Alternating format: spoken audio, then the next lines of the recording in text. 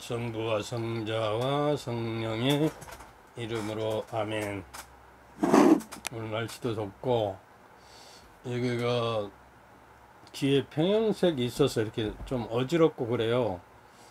그래도 성령의 도우심으로 이 강좌를 시작하겠는데, 오늘은 구체적으로 우리 삶 속에 그 성령의 감도가 나타나기 위한 조건들에 대해서 이제 본격적으로 찬미와 감사의 기도, 처음에 이러한 거 있어야 성령께서 나에게 감도하시고 이끌어 주시는, 그리고 영감을 바라고 청해야 하고, 또 하느님께 아무것도 거절하지 않겠다고 결심을 해야 하고, 세 번째, 잘 들으세요.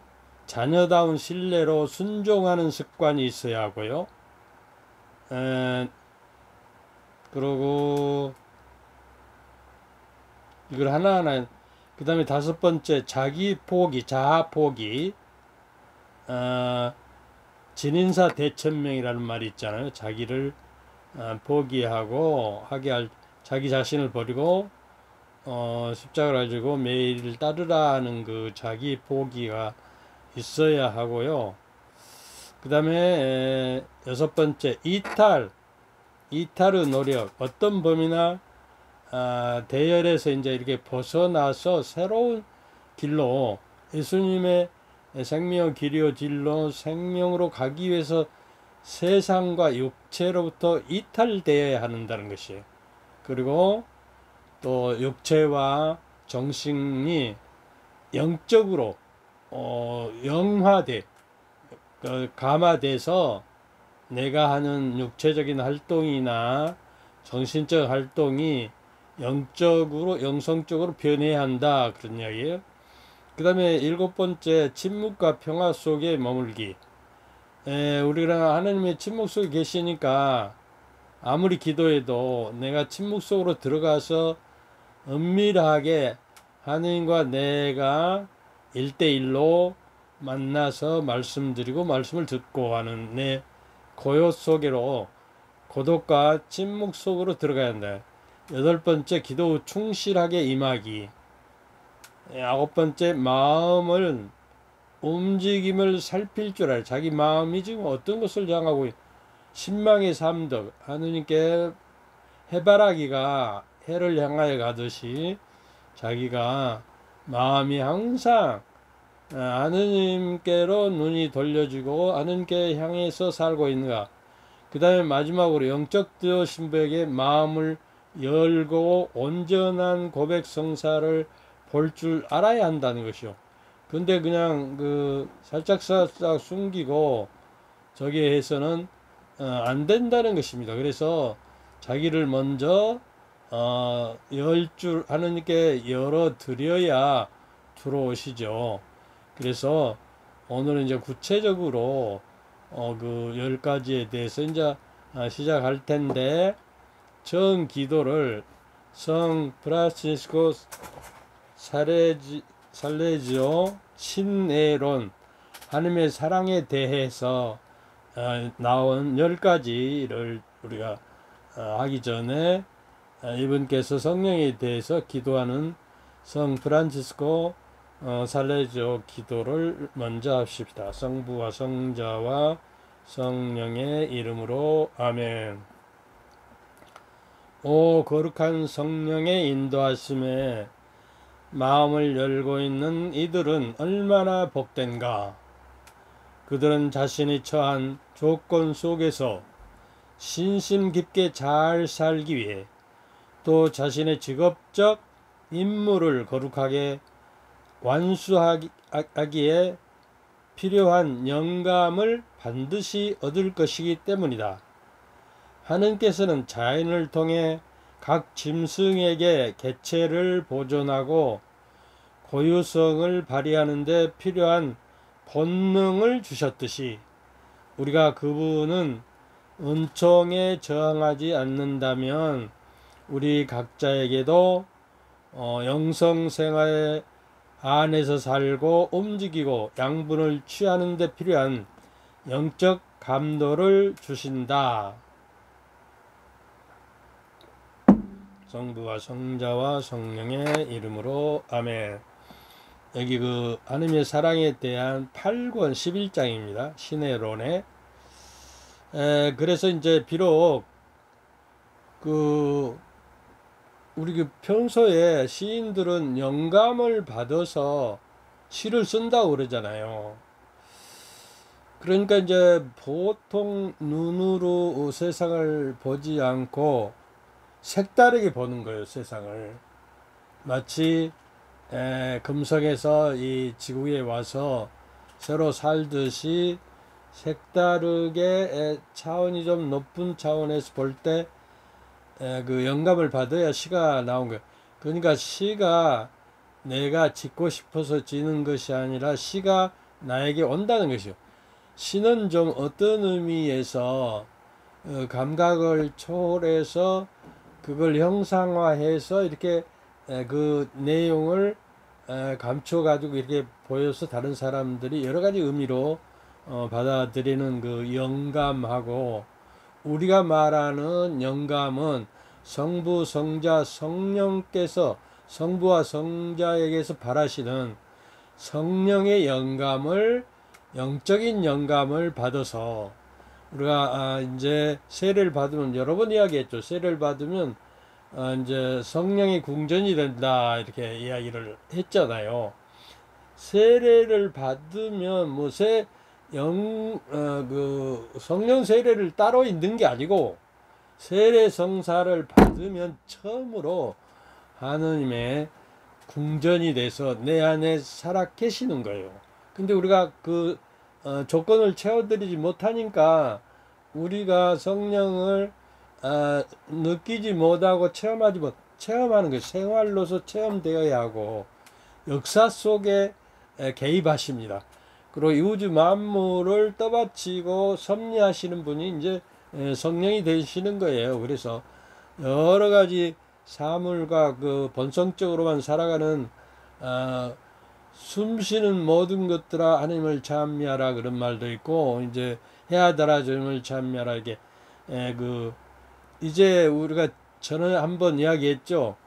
이제 그 식물은 살아있지만은 생혼이에요. 어디 돌아다닐 수도 없고 그냥 햇빛을 받아서, 물과 받아서 탄소 동화장으로 살아서 살아가는 그 생혼이라고 그래요.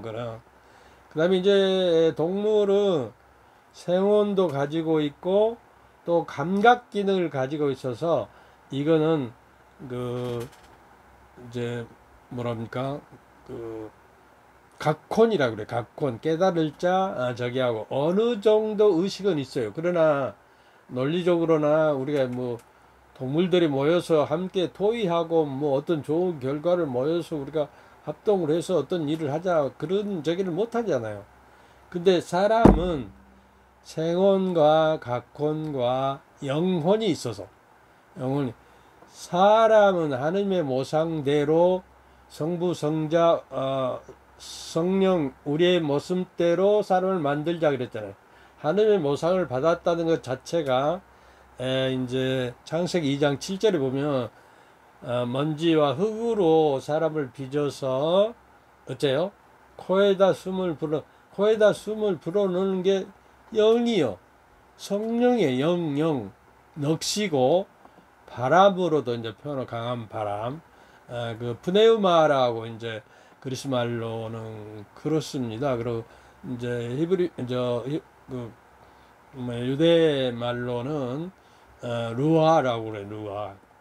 그래서 생득적으로 태어나면서부터 우리가 하나님께 주어진 영을 받은 인간이에요.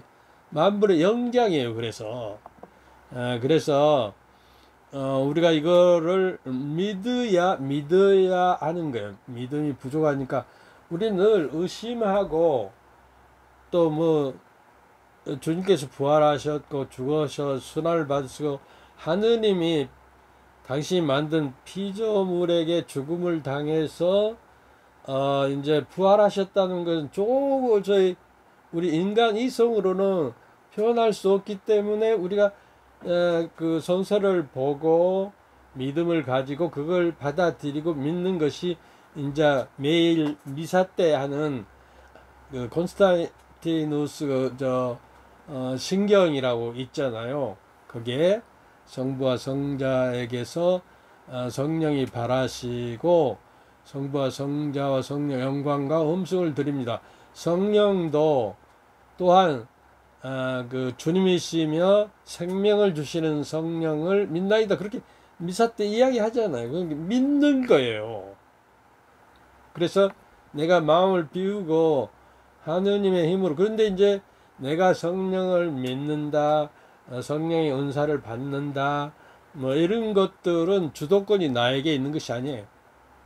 그래서 그 주도권은 하느님께서 주시는 거예요. 주님께서 주시는 거예요. 그러니까 나를 온전히 비워내고 감사와 기도 생활을 해서 거기 합당한 이제 10가지 아까 이야기했잖아. 그런 조건들이 채워져야 한다고 성 프란치스코 살레조는 이야기를 하고 있는 것입니다.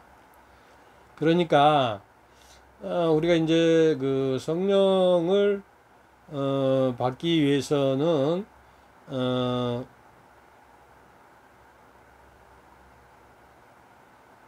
그 참 또 지나가 버렸어.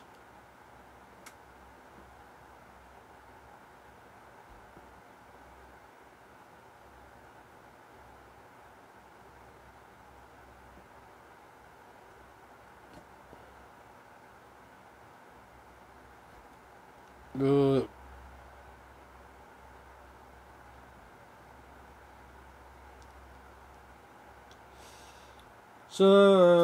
그 토마스 아퀴나스 성인도 성령의 열매는 영혼의 모든 능력이 하느님의 인도를 따를 수 있게 해준다. 신학대전에서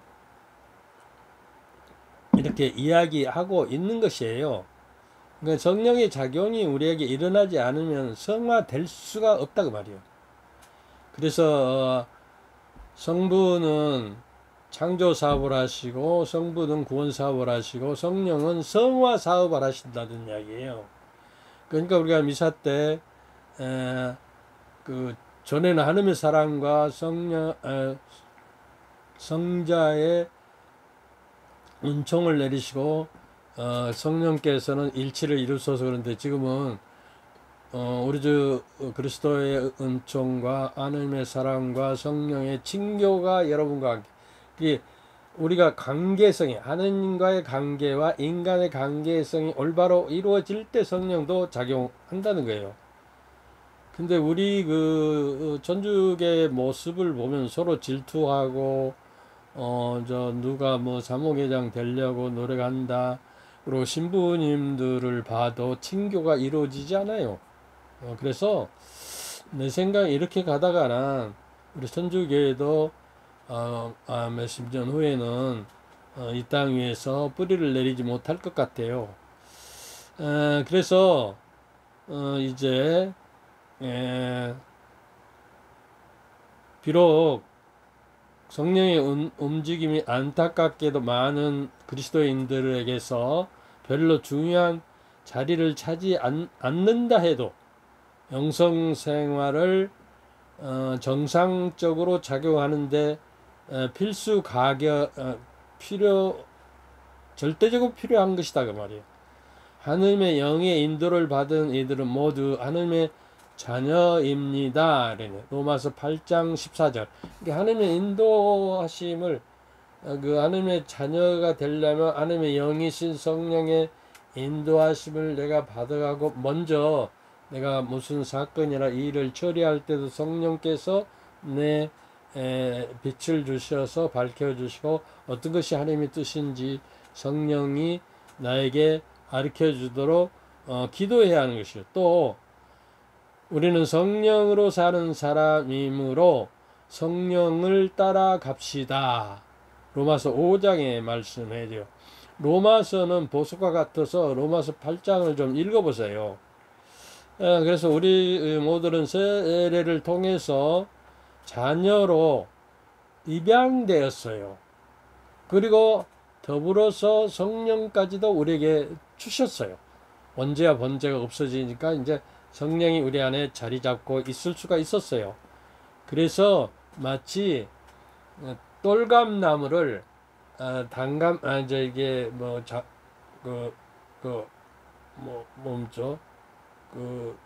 큰 감이 열리는 그런 나무에다가 산감나무를 접붙이면 이제 어때요? 단감나무가 되고 이렇게 저게가 되듯이 우리가 이제 하느님과 인간이 번제로 말미암아서 잘려졌던 것이 이제 접붙여져서 이제 이제 하느님의 영이 흐르니까 하느님 영과 접붙어서 우리가 하느님과 관계를 맺을 수가 있는 거예요. 그리고 성령이 충만한 사람은 이제 성령의 열매를 맺는 것이죠. 이제 그리고 이제 성령의 치료를 받아서 우리가 지식과 의경과 굳셈과 이게 용기와 이런 지혜와 이런 저기를 받아서 성령의 열매를 내가 하느님을 아는 지식이 있는가? 지식이 넓혀지면 넓혀질수록 사랑은 말이죠. 상대를 모르고 살아가는 것은 맹목적인 사랑이잖아요. 근데 하느님은 사랑 자체이기 때문에 내가 알면 알수록 하느님의 사랑을 알면 알수록 하느님에게 깊이 관계를 맺을 수 있고 알면 알수록 너무 우주만치 커서 신비스럽고 경외함을 느껴 경탄과 감탄을 느끼는 거예요. 그래서 오 하느님 그러고 이렇게 저기를 느끼는 것이 마치 저는 얼마나 큰 감동을 어디서 받았냐 그러면 최고 감동을 캐나다에 가서 이제 만년설이 아주 산더미 같이 있는 데를 큰 바퀴가 달린 차로 이게 들어가서 만져보고 섰을 때 그 웅장함에 대해서 수천만 년의 얼어있는 저기를 보면서 하느님의 경애를 느꼈어요. 그래서 이게 우리는 이제 접붙여져서 성령의 열매를 맺게 되는 것이죠. 이제 성령의 치료를 받아서 사랑, 기쁨, 평화, 인내, 온유, 인내, 선의, 호의, 성실, 온유, 절제 이렇게 그러니까 내가 그런 저기가 있는가? 얼마나 내가 하느님을 아는가?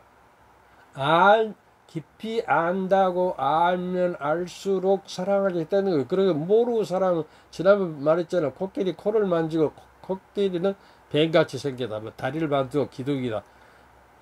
등짝을 만지고 이거는 벽이다. 이렇게 하면 안 돼. 전체를 볼 줄 알아야 한다는 것이요.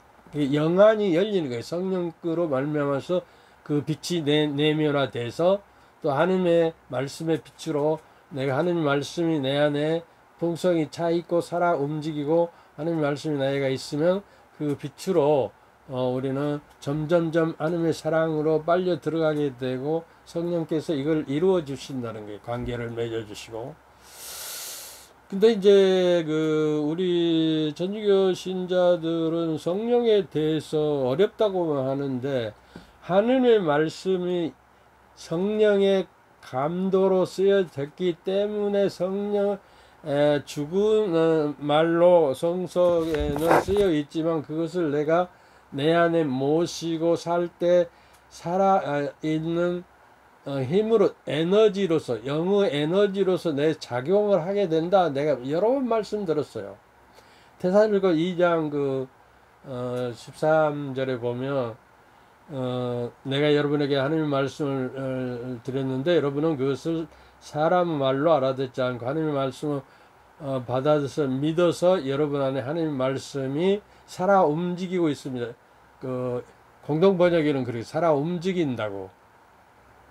그리고 하나님의 말씀은 살아있고 힘이 있으면 어떤 쌍날칼보다 날카롭다 그래요.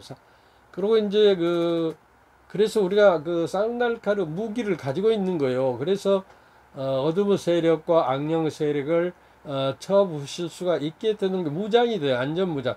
에페소서 6장 10절부터 20절까지를 한번 꼭 보세요. 우리가 영적인 무장을 내는데 완전한 무장이라는데 어떤 것을 무장하는지 이렇게 여기서 이제 시간이 오래 걸리지가 말을 할 수 없고, 에베소 6장 17절에 보면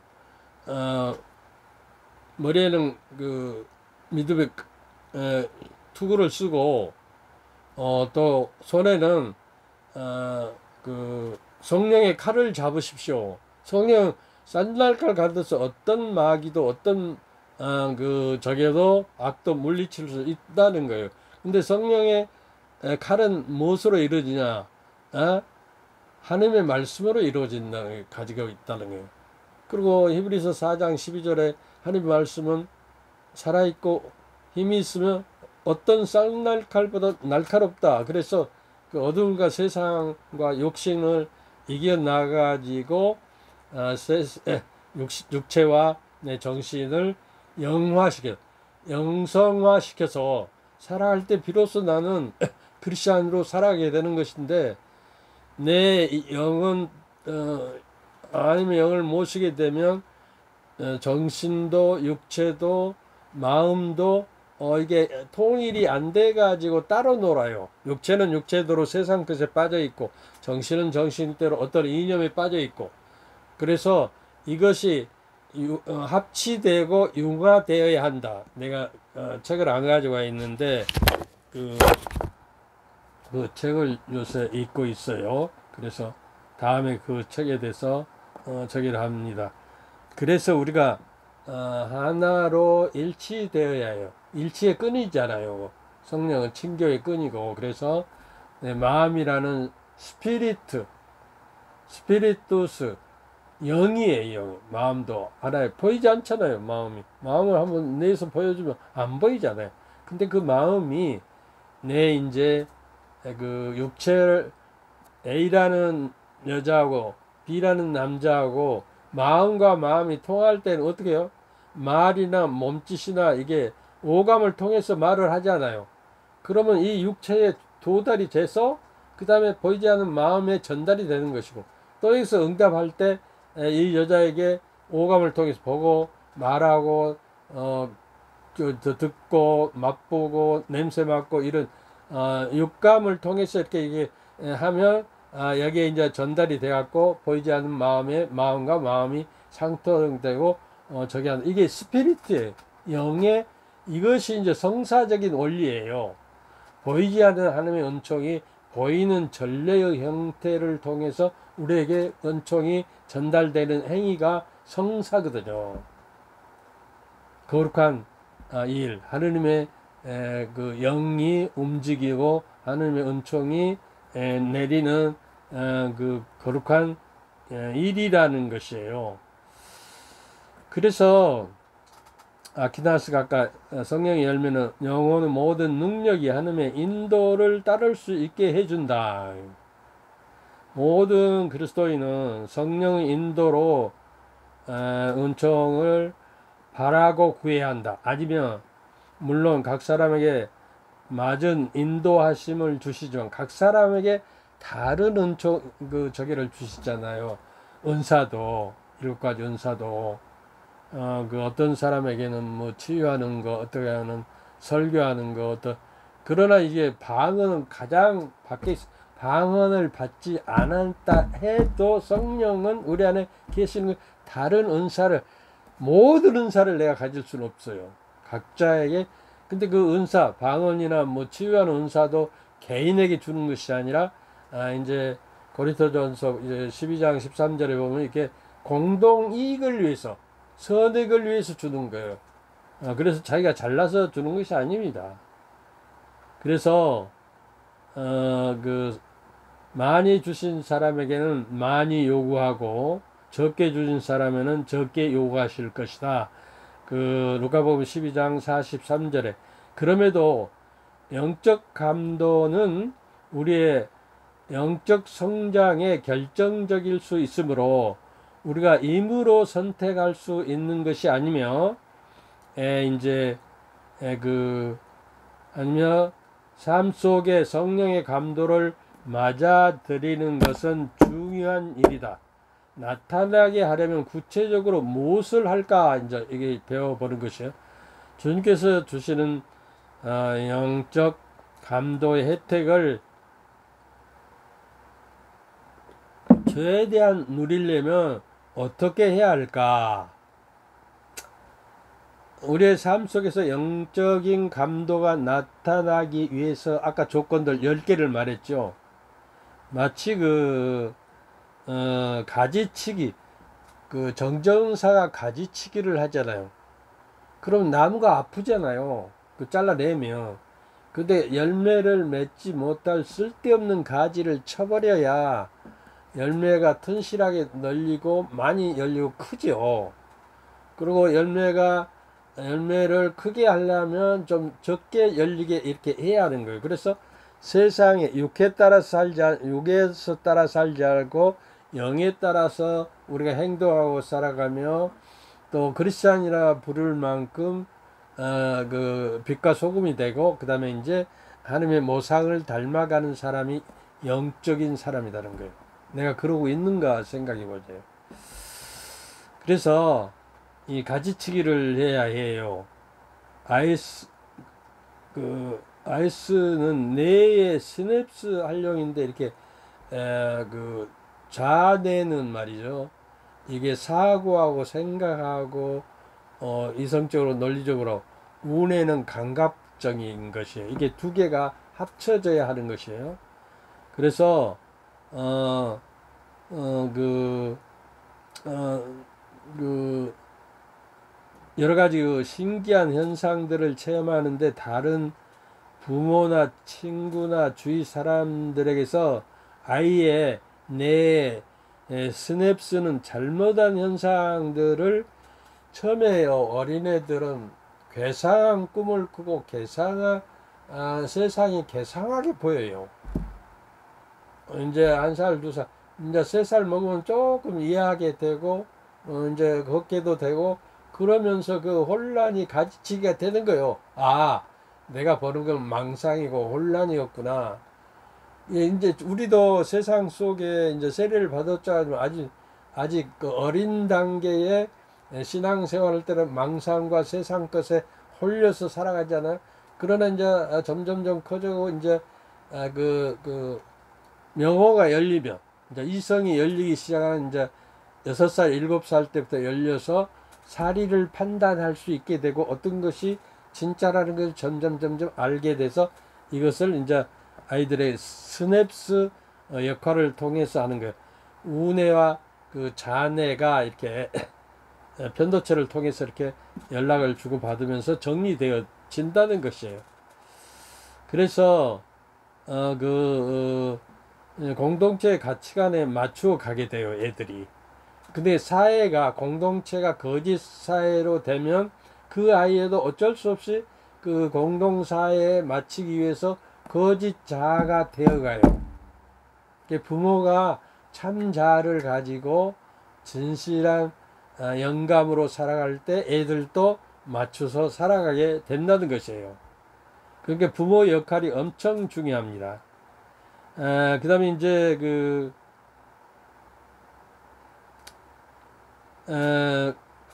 부모를 닮고 이제 세상의 가치관에 습득돼서 공동체에 이제 추방당하지 않기 위해서는 거짓 사회의 거짓 가치관에서 입력이 돼야 해요. 그러니까 옛날 그 공동체에서는 자기 공동체 가치관이 않으면 공산당이 빨갱이가 아니면 추방시키든지 죽여버리잖아요. 공산당은. 그러듯이 자기 이념에 그냥 갇혀서 또 자기 사상에 갇혀서 자기 정신과 육체에 갇혀서 살 때는 그 껍질을 벗겨내고 아주 쟁기로 갈아엎어서 성령의 칼로 도려내서 돌 같은 심장을 살 같은 심장으로 집어넣어서 부드럽게 만들어서 온유하고 겸손하게 되어야 이제 성령을 받게 된다고 그러잖아요.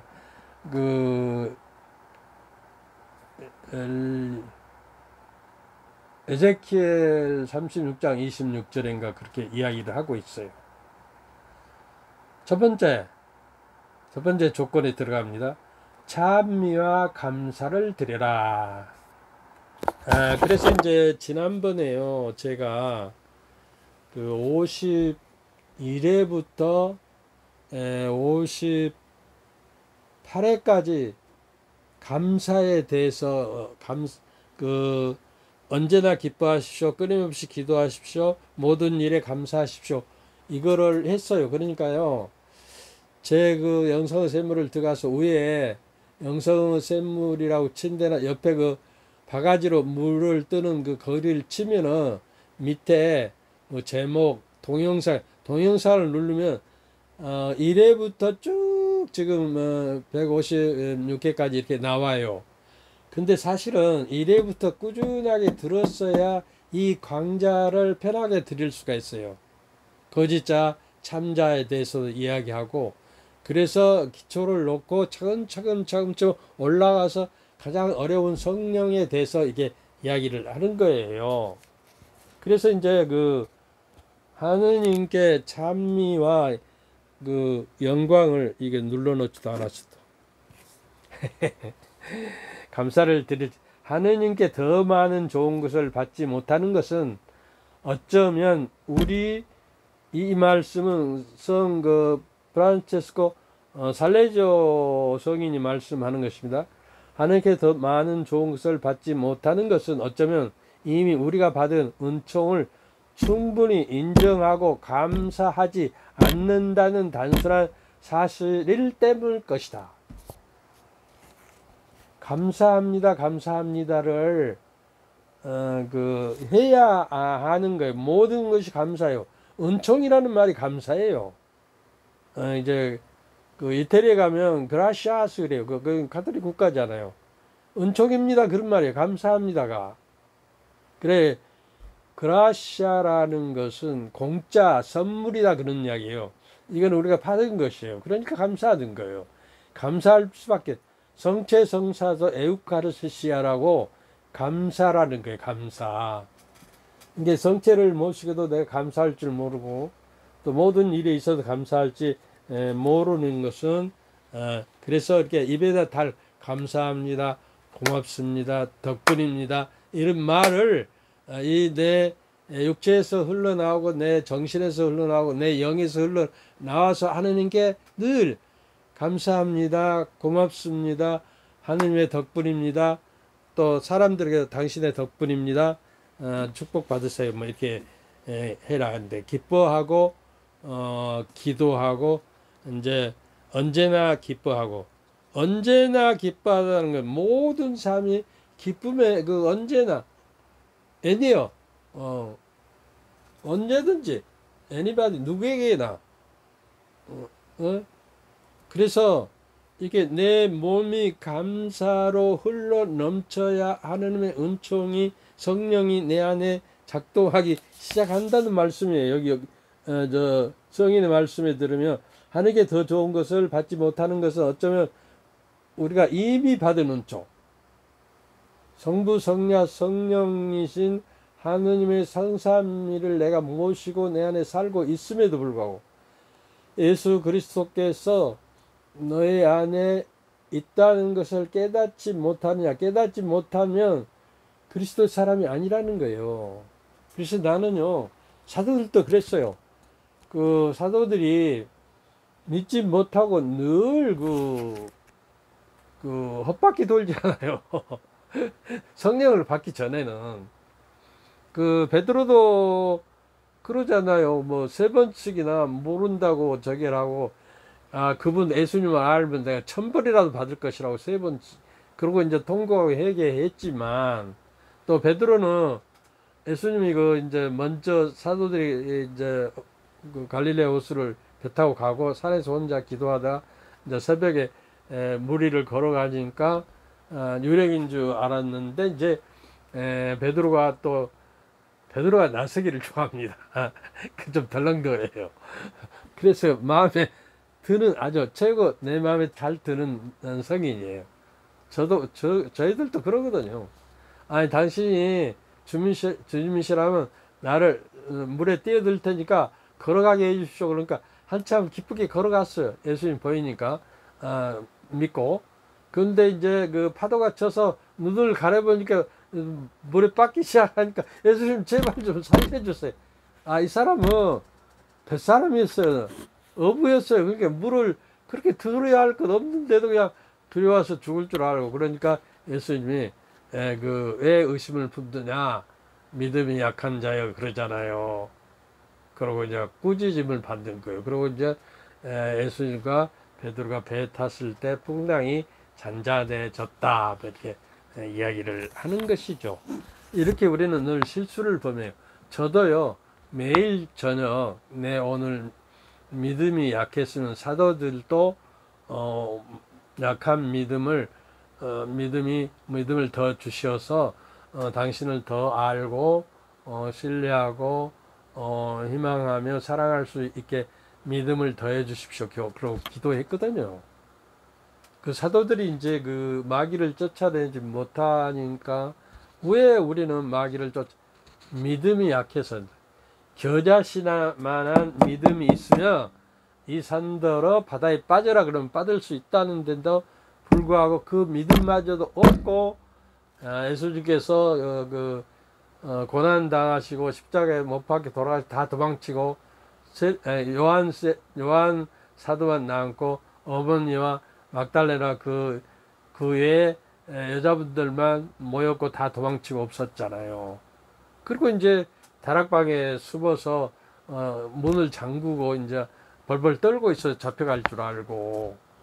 그런데 이제 그 예수님께서 이제 나타나셔서 평안하느냐, 평화를 빈다, 평화를 주시는 분이에요. 그래서 내 마음에 평화가 있어야 또 내 정신과 육체가 편안해야 평안함을 하나님의 은총을 평안함을 느껴야 성령도 머무르실 수 있는 것이다 그 말이에요. 그래서 여기서요 조금 그 예를 들어봅시다. 모든 일에 감사하고 찬미하라는 일은 그 영어로 보니까 circumstance, 모든 환경과 상황 안에서 모든 일과 사건 안에서 감사하라는 거예요. 좋든지 나쁘든지. 그 이야기를 하나 할게요. 좋든지 나쁘든지 그 기뻐하고 감사하라는 애가요.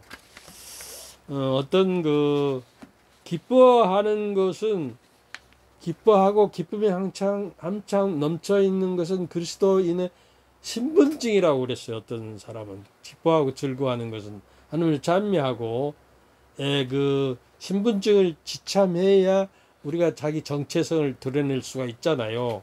신분증을 잊어버리면 마귀가 그 가져가 버리면 찡그리고 살죠. 항상 감사하고 저게 할지도 모르고. 그러니까 우리가 내적 기쁨에서 우리가 기뻐하고 감사할 때 어쩐다고 그랬어요? 여러분이 기뻐하고 늘 감사하면 발전할 것이고 완성될 것이고 행복에 이를 것이고 모든 일에 감사하면 어쩐다고 그랬죠? 하느님을 내 삶의 첫 자리에 두고 하느님을 엄수하고 찬미하며 감사드리며 산다고 그랬어요. 감사가 중요한 거예요.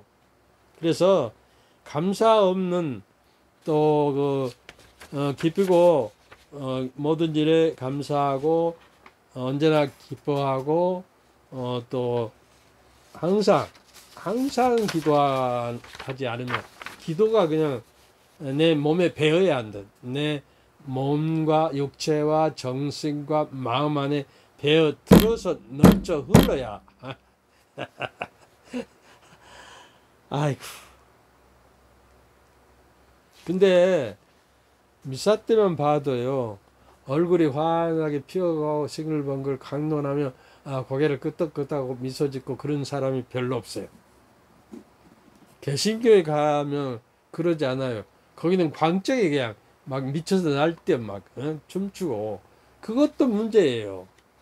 기쁨은 고요와 내면에서 솟구쳐 나오고 깊은 내면의 기쁨이 있을 때 신과 만난다고 그랬어요. 내면에서 거기에서 우리가 목을 축이고 갈증을 저기하고 신을 만난다. 그래서 우리는 외적으로 어떤가 막 그 기쁨이 넘치고 막 허실하게 웃고 맨날 그것도 문제예요. 광신적인 것이 될 수도 있어요. 내면에는 기쁨이 하나도 없는데 외적으로 보여주기 위해서 거짓 기쁨은 기쁨이 아닌 것이죠. 그래서 우리가 이제 그 화장을 하듯이 우리 저기도 환하게 그 고백성사를 보아서 죄가 없어지면 덕행과 기도와 봉사와 친절의 열매를 기쁨의 열매를 근데 항상요 기쁨이 들어가요. 성경의 열매도 뭔가 사랑과 기쁨과 평 기쁨이 두 번째 들어가요. 그리고 이제 하나님의 나라는 먹고 마시는 거 즐기는 것이 아니라 성령 안에서 누리는. 이게 성령 안에서 성령을 받지 못하면 성령을 내가 체험하고 성령의 생활을 하지 않으면 사랑과 기쁨과 평화와 인내와 호의와 선의와 성실과 그 온유와 절제를 열매를 못 맺는 거예요. 근데 이제 거기에도 두 번째 들어가죠. 성령 열매도 그 로마서 17장인가요? 거기에 보면 하나님의 나라는 그 먹고 마시고 즐기는 것이 아니라 의로움과 기쁨과 평화다는 거예요. 평화를 누리는 것이다. 기쁨이 들어가요. 기쁨이 없으면 무달로 천당 가요. 기쁨으로 충만되고 평화와 축복 속에서 살아야죠. 그리고 그 미사 때 그 찡그리지 말고요. 정말 그 기쁨으로 차서 내 자신의 일주일의 삶을 이렇게 바치면서 거기에 따르는 은총을 주시도록 기도하고 성체를 모시면 예수님이 실질적으로 내 안에 밥을 먹으면 내가 되잖아. 이 죽어있는 밥이 성체를 모시면 내가 그리스도로 변화되는 거예요. 그 순간. 그리고 하루 종일 이제 성체를 모시고 내가 있다는 것을 의식하면서 살아서 예수님이 계시면 성령과 성과 함께 계시는 삼위일체이기 때문에 본체론적으로 하나이지만 인격적으로는 셋이다. 그래서 참 행복하면 거룩함과 기쁨을 의미하는 것이고요.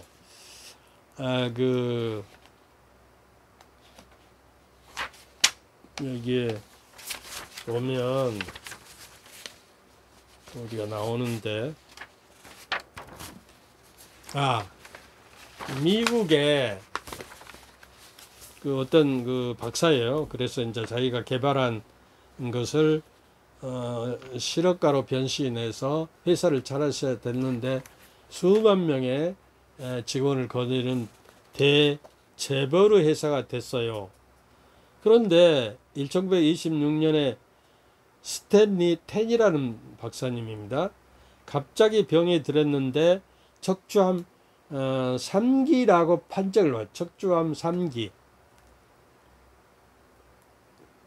이게 감사가 얼마나 중요한지 보세요. 척추암 3기라는 진단을 받아서 당시 척추암은 수술로도 약물로도 고치기 힘든 병이었습니다. 이 사실을 알아차리다 그 직원들은 그가 정말 얼마 가서 죽을 것이라고 생각을 하고 회사를 아마 정리할 것이라고 생각을 했었어요. 그런데 몇 달 후에 죽을 것으로 생각해서 갑자기 몇 달 후에 회사에 나타났어요. 그 병을 털털 털고 건강한 모습으로 기쁘게 나타났어요. 할렐루야. 그러고 그래서 사람들이 깜짝 놀랐습니다. 죽을 것 같아요. 숨을 못 쉴 정도로. 아니 어떻게 그때 당시 척추암 3기는 죽음만이 그 결론인데 이렇게 그 살아서 낫게 병이 나았냐고 이제 물어봤잖아요. 그러니까 스탠리 텐은 네, 전 하느님 앞에 감사합니다만 했다는 거예요. 감사합니다. 그래서 그랬더니 병이 다 나았습니다 하고 대답했습니다. 저는 이렇게 대답했어요. 하느님, 하느님께 병들게 된 것도 감사합니다. 병들어 죽게 되어도 감사합니다. 암 걸린 사람 이거 한번 생각해 보세요. 하루에 10,000번씩 감사합니다 해보세요. 하느님, 저는 죽음 앞에서 하는 게 감사할 것밖에 없습니다. 살려주시면 살고 죽으라면 죽겠습니다. 하느님 무조건 감사합니다. 그랬더니 몇 개월 후에 매 순간마다 감사했더니 암세포는 없어지고 건강을 되찾게 되었습니다. 이제부터 이제 이거를 연구해 가지고 미국에서는 암 걸린 사람에게 감사요법과 웃음 치료요법을 하고 있는 것이에요. 제가 그 강주에서 염주동 본당 신부할 때 처음으로 감사함의 세미나를 일주일인가 열려서 강주 시민들이 그 성당이 2,300명이 차는데 거기에 거의 찰 정도로 저게를 했어요. 회사에서도 요새 감사합니다를 합니다. 그래서 감사가 파장을 일으켜서 회사에서 물건을 만들거나 어떤 것을 만들어 갈 때도 감사의 파장이 그 물건 안에 들어가서 그 물건이 좋게 된다는 것이에요. 그래서 다음에도 또 일본 사람 이야기도 한번 하겠습니다만은, 그래서 감사 때문에, 그래서 미국에서는 정신병원에서는 우울증 환자들에게 치료약보다는 감사 치료법, 웃음 치료법을 이제 그 권고하고 있어요. 그러면 이제 그 우리가 감사합니다, 행복합니다 그러면 그 엔돌핀이 나오거든요. 그 감사할 때마다 NK 세포로 내추럴 킬러, 그러니까 자연적인 암을 죽이는 자연 그 호르몬이 나와서 암을 죽여버린다는 거예요. 그 자연 그 세포요. 치유하는. 그래서 자신의 삶에서 감사할 일들을 무엇이가 찾아내고, 지금부터 여러분은요, 저녁에 자기 전에 처음에 어려우니까 아는 게 감사하고 다른 사람께 감사하는, 나는 한동안 감사 일기를 썼는데 요새는 안 쓰고 있는데, 감사를 적어보세요.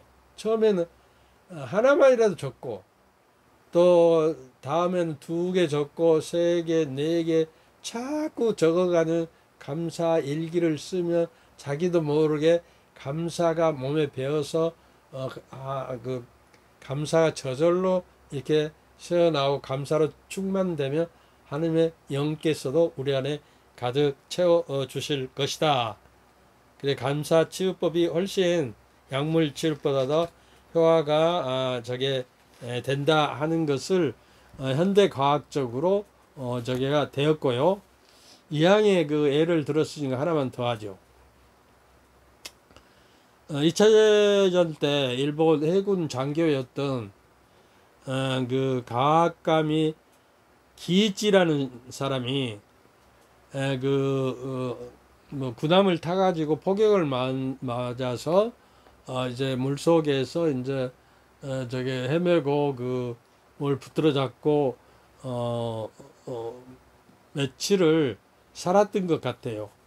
그래가지고 제대하고 끝나고 나서 하루하루 사는 것이 짜증이 나고 불평만 쌓여갔습니다. 그러던 어느 날 전신이 점점점 굳어지게 되었어요. 그래서 이제 정신 병원이나 모든 병원에 다 돌아가면도 치유할 수 없다고 그래요. 그래서 정신 치료가인 후치다 씨를 만나게 돼서 후치다 씨는 그에게 매일 밤 감사합니다를 1000번도 아니고 10,000번씩 하라고 그랬어요. 10,000번씩. 그래서 그냥 해봤어요. 뭐 돈 드는 것도 아니고 감사합니다, 감사합니다, 모든 걸 감사합니다. 뭐 하느님을 아는 사람도 아니에요. 감사합니다, 감사합니다. 그러고 이제 그 감사를 드렸어요. 그러니까 이 기희 씨는 자리에 누운 채로 매일 밤 계속해서 감사합니다라는 말만 계속했어요. 매일같이 감사합니다. 그랬더니 감사의 몸에 배어서 무슨 일이든지 보면 저것 때문에 감사합니다. 이렇게 했어요.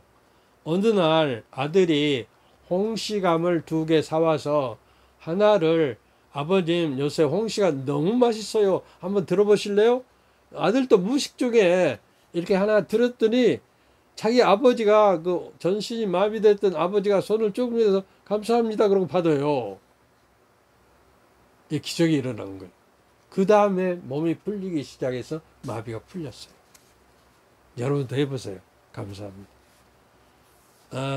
내가 아는 우리 아파트에 사는 할머니 한 분이 오늘 또 전화가 왔는데 이게 그 녹내장이 와갖고 눈이 안 보이기 시작하고 이제 말기가 돼서 이제 끝났대. 더 치료할 수 없고 또 이제 백내장 수술도 할 수가 없고 침침해서.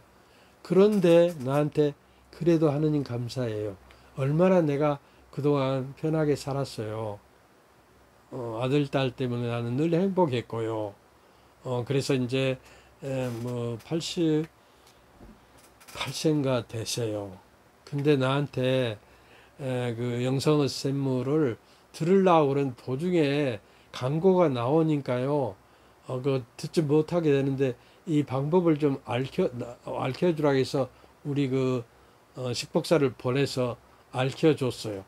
이렇게 광고가 뜨면 스킵이라고 나오고 건너뛰기가 나오잖아요. 그리고 숫자가 하나, 둘, 셋 이렇게 꺼져 가잖아요.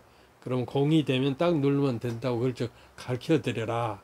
그리고 내가 지금 186회인가 했는데 1회부터 듣도록 어떻게 하냐 그러면 영성의 샘물을 열면 위에 영성의 샘물 나오고 옆에 쪽박 같은 것이죠. 물을 떠먹는 영의 물을 떠먹는 쪽박 같은 거기를 누르면요 밑에가 뭐 제목 그 동영상을 누르면 저 밑으로 1회부터 나와요. 근데 1회부터 계단을 밟아서 들어가면은 오늘 이 영성의 샘물을 성령에 대해서 충분히 쉽게 이해가 돼요. 여기서 감사합니다에 대해서 6번인가 저기를 했거든요. 강의를. 그때 이 말씀을 드렸어요. 그래서 이분은 이제 병을 낳았고 사실은 병은 모든 것이 스트레스로 온다고 그래요. 불평 불만이 많고 그래서 감사가 되었고 불진병도 감사함으로 이제 실제적으로 깨끗이 낫게 되었다는 이야기가 되는 겁니다. 2항에 했으니까 감사에 대해서 하나만 더 해볼까요? 괜찮겠어요? 그 2항에 감사했으니까 하나만 더 해봅시다. 그 대재벌인 일본의 대부호가 되는 비결이 꽉 차 있는 과자라는 저게요. 다케다시라는 사람인데 그 3초 만에 행복해지는 명현 테라피라는 책이 있는데 제가 안 갖고 왔는데 조그만 책인데 현대건설의 현정화 씨인가 그분이 자기 직원들에게 전부 나눠주고 읽고 독후감을 쓰고 토론하라고 한 책이에요. 여러분도 한번 3초 만에 행복해지는 명현 테라피라는 책이 있어요. 거기에 보면 공장 직원들이 과자를 만들 때 하루에 3,000번씩 감사합니다라고 말해라. 근데 과자의 이름은 다마꼬 보로꼬예요. 다마꼬 보로. 무슨 말이지만 그 과자 회사인데 다케다 씨는 새로운 전략을 착안했어요. 만드는 소재는 사람의 행복을 따지는 시대가 행복도를 따지는 시대가 올 것이라는 거예요. 그 과자를 먹었을 때 내가 행복해질 수 있다는 뭐 소재는 이것저것 거의 같죠. 맛도 거의 비슷한데 이 과자를 먹으면 왠지 행복하다. 그거를 새로운 시대에 느끼고 어, 사람의 행복도를 따지는 시대에 올 것이다. 만드는 사람의 심리적 파동이 물건으로 이동하기 때문이죠. 계속해서 닥게다시는 이렇게 이야기합니다. 하루에 3,000번씩 감사합니다라고 말해보세요. 인생이 바꿀 테니까. 자기 직원들의 인생도 행복해지고 암도 없어지고 병도 없어지고 스트레스가 없어지고 그래서 감사합니다를 소리내어 말을 하면서 자연적으로 사람 직원 전체가 싱글벙글 웃는 얼굴이 되고 덩달아 운도 좋아지게 된다고 합니다. 감사합니다를 3,000번 말하는 데에는 대략 40분 정도가 소요된다고 합니다. 그러니까 일하면서 감사합니다 하니까요. 더 재미있는 것은 1시간 동안 감사합니다라고 말한 직원들에게는 급여와는 월급과는 관계없이 별도로 상여금을 시간당 8,000원을 주기로 했어요. 시간당. 그게 얼마나 좋겠어요. 시간당. 하루에 그 8,000원씩 받으면 30일이면 3,8원 24만 원인가요? 그래서 최고 다막고 보로를 만들기 위해서라면 이 정도 투자할 가치가 있다고 본 것입니다. 이 사장님께서는. 다케다시의 예상은 적중해서 이 전략이 쓴 후 판매가 폭발적으로 늘어서 요즘 공장에 감사합니다, 감사합니다라고 아예 녹음 테이프를 24시간 틀어놓고 일한다고 합니다. 결과적으로 제품이 출하될 때까지 감사합니다 말이 100만 번이나 과자에 들어있다는 것은 황당한 일지 모르지만 이제 10년 후의 미래에는 혹시 물건을 만들 때마다 감사합니다 말을 하는 제조 공장이 늘어날 것이다. 우리 강주에서도 그 교우가 하는 그 백화점 같은 것이 있었는데 그 이제 감사 세미나를 하는 그 요한 씨라고 개신교 신자인데 오라고 해서 직원들을 통해서 감사합니다 세미나를 열고 감사합니다를 시켜서 그때 강사비를 안 받고 감사합니다를 하고 1개월 후에 적어도 그 매출이 불어난 데서 자기가 10%를 주십시오 그랬어요. 그랬더니 아니나 다를까 그렇게 불어났어요. 그래서 그 뭡니까 저기로 뽑혔어요. 그 뭐 장인으로 뽑혔던가 뭐 그런 거 있잖아요. 그래서 우리 본당에서도 강주에 처음으로 감사 세미나를 해서 신자들을 그 녹음까지 해서 줬어요. 그래서 어떻게 됐는지 조사를 해봐야겠는데 그래서요 여기 그 3초 테라피라는 곳에 이렇게 썼어요. 40분간 감사합니다 말해 보십시오. 다케다시에 다마코 보로 성분표 여러 가지 적혀 있고 그 성분표가 있잖아요. 무엇이 뭐 분말이 얼마나 들어가고 설탕이 얼마나 들어가고 뭐 이런 거 있잖아요. 녹말. 근데 이제 거기에다 뭐라고 써있냐 100만 번 감사합니다 함유라고 써놨어요. 그러니까 그 함유 성분을 보고 이걸 먹으면 행복하겠다 그래갖고 먹은 것이 실제적으로 심리학적으로 행복이 되는 거예요. 그러니까 자꾸 사 먹게 되는 거예요. 그래서 입안이 백만장자가 되었다는 이야기예요. 이게 오늘은 감사와 찬미를 해야만이 성령께서 나에게 오시고 충만하게 된다는 그 성 프란치스코 살레조 성인의 말씀대로 이제 감사함일을 하도록 해봅시다. 알아듣기 힘든다고 성령을 모시기 힘든다고만 하지 말고 감사합니다. 찬미합니다. 고맙습니다. 하느님 덕분입니다. 사람들에게도 그렇게 하고요. 그러면 틀림없이 여러분은 성령을 충만히 받을 것입니다. 그리고 이제 열 가지 조건을 더 이제 다음에 또 이야기하기로 합시다. 여기까지 합니다. 날마다 이 더운 날씨에 더위야 추위야 감사합니다. 더위도 감사합니다.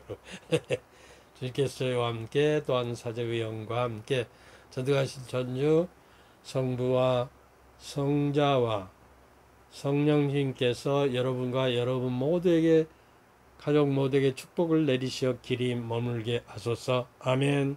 감사합니다. 감사합니다. 감사합니다. 우리 주 할렐루야 할렐루야 감사합니다 우리 주